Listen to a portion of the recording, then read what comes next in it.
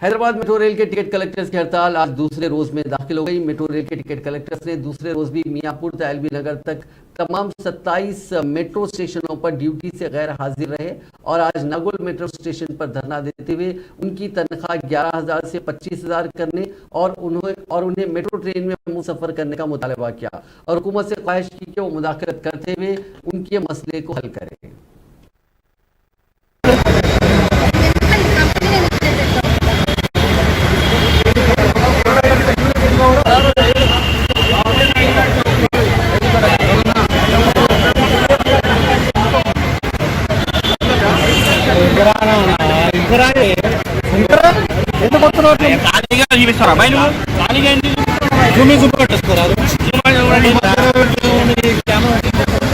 collector